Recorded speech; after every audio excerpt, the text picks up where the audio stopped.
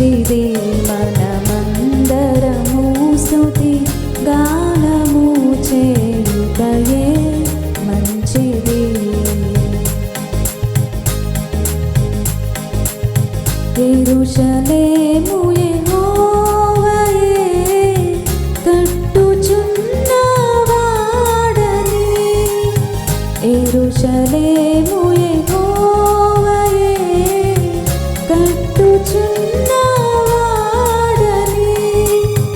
ఇశ్రాయేలీయులను పోగు చేయువాడని, దేవునికి స్తోత్రము గానము చేయుటయే మంచిది. మనమందరము స్తుతి గానము చేయుటయే మంచిది. గుండె చెదరిన వారిని బాగు చేయువాడని, గుండె చెదరిన వారిని బాగు చేయువాడని, వారి గాయములన్నీయు కట్టుచున్నవాడని, దేవునికి స్తోత్రము గానము చేయుటయే మంచిది. మనమందరము స్తుతి గానము చేయుటయే మంచిది. ప్రియులారా, ప్రభు పేరట మీకు శుభాలు. ప్రార్థన చేసుకుందాం. మహోన్నతుడా, సృష్టికర్త, నీ మహిమగల నామానికి వందనాలు, స్తోత్రాలు. ప్రాతకాల ఆరాధనలో పాల్గొని ఆరాధిస్తున్న ప్రతి కుటుంబాలు దీవించండి నాయనా. నీ వాక్యాన్ని విత్తుచుంటుండగా నీ సేవకును మరుగుపరిచి నీ పరిశుద్ధాత్మతో నింపి నడిపించాడు. యేసు ప్రభు వారి దివ్య నామమున వేడుకొనుచున్నాము తండ్రి, ఆమేన్. ప్రియమైన దేవుని యొక్క కుటుంబీకులారా, జన్మదినాలు, వివాహ దినాలు జరుపుకుంటున్న కుటుంబాలకు యేసుక్రీస్తు ప్రభు పరిశుద్ధ నామమున పండు prince and sisters YouTube channel ద్వారా శుభాలు తెలియజేస్తూ ఉన్నా. ఈ ప్రాతకాల ఆరాధన కొరకు ఏర్పాటు చేయబడిన పరిశుద్ధ లేఖనాన్ని మనం చదువుకుందాం. దైవ గ్రంథాన్ని తెరచి పేతురు రాసిన మొదటి పత్రిక 4వ అధ్యాయం 10వ వచనాన్ని కలిసి చదువుకుందాం. దేవుని నానా విధములైన కృప విషయమై మంచి గృహ నిర్వాహకులయ్యుండుడి. ప్రియమైన దేవుని యొక్క కుటుంబీకులారా, దేవుని యొక్క వాక్య ధ్యానములో ఈ ప్రాతకాల ఆరాధనలో మంచి గృహ నిర్వాహకత్వాన్ని ధ్యానం చేస్తారు. గుడ్ స్టీవర్డ్షిప్, మంచి గృహ నిర్వాహకత్వం. ఈ గృహ నిర్వాహకత్వంలో ప్రభు ఒక్కరికి కాదు, అందరికీ బాధ్యత ఆయన ఇచ్చాడు. ఈ బాధ్యత మంచి మనస్సుతో, మంచి ఉద్దేశాలతో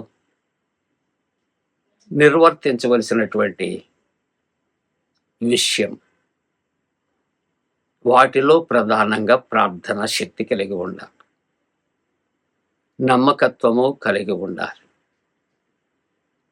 యథార్థత కలిగి ఉండాలి. శ్రమలు కలిగినప్పుడు గృహ నిర్వాహకత్వాన్ని విడవకూడదు, తొలగిపోకూడదు.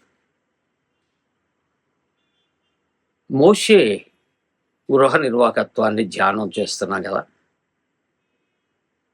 ఎన్నో విషయాల్లో ఐగుప్తులో ఉన్న ఇశ్రాయేలీయుల యొక్క శ్రమల విషయాల్లో అక్కడ మోషేకు ఇబ్బందులు కలుగుతున్నాయి. అటువంటి పరిస్థితుల్లో కూడా తాను యెహోవా దేవుని వైపు చూస్తున్నాడు. చక్రవర్తి వారు కోరిన రీతిగా వారు వెళ్ళిపోవటానికి, వారి దేశానికి, వారి దేవుని ఆరాధించటానికి ఒప్పుకుంటున్నాడు, విడిచిపెట్టినట్లు విడిచిపెడుతున్నాడు.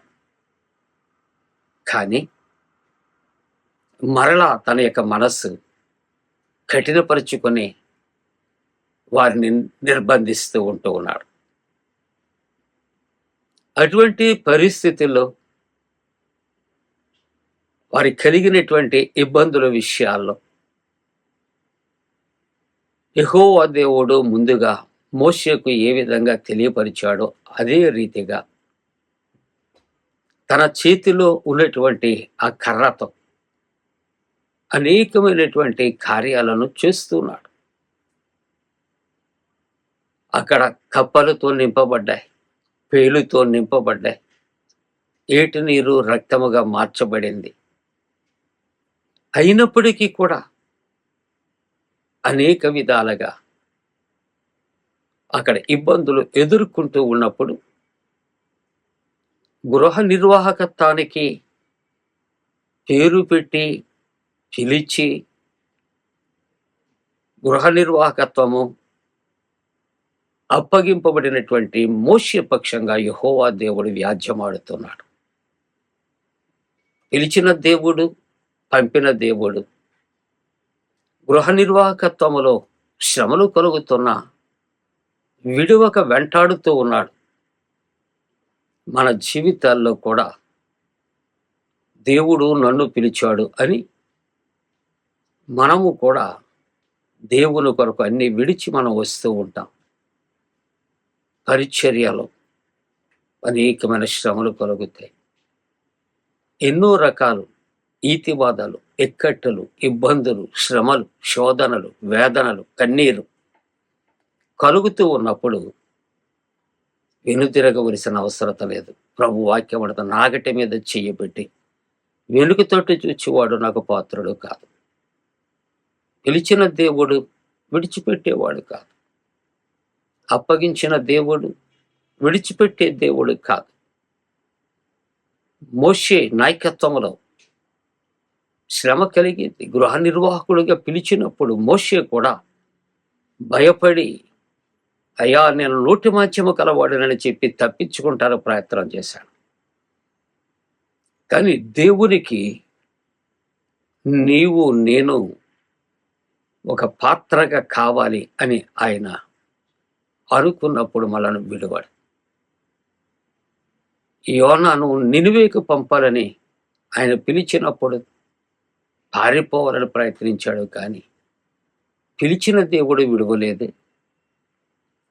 అలాగే మోషే అంటున్నాడు నోటి మాంద్యము గలవాడు.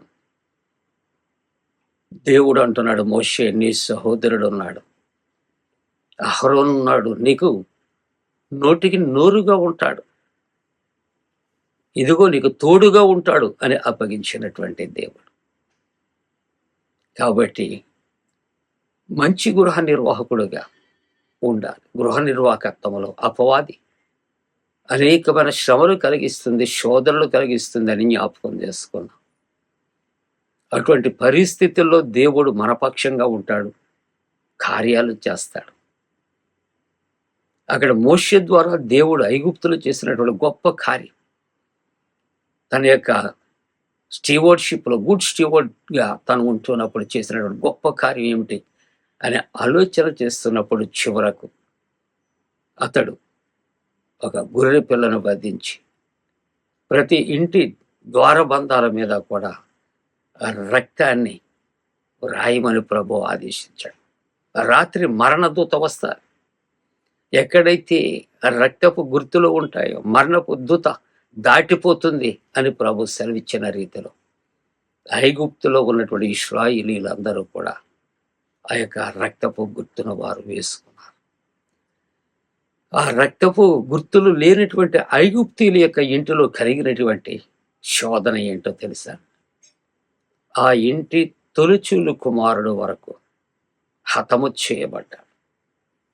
ఆఖరికి సింహాసనం మీద కూర్చున్నటువంటి రాజు యొక్క కుమారుడు కూడా మరణిస్తాడని చెప్పబడినటువంటి రీతిగా జరిగింది ప్రియుల.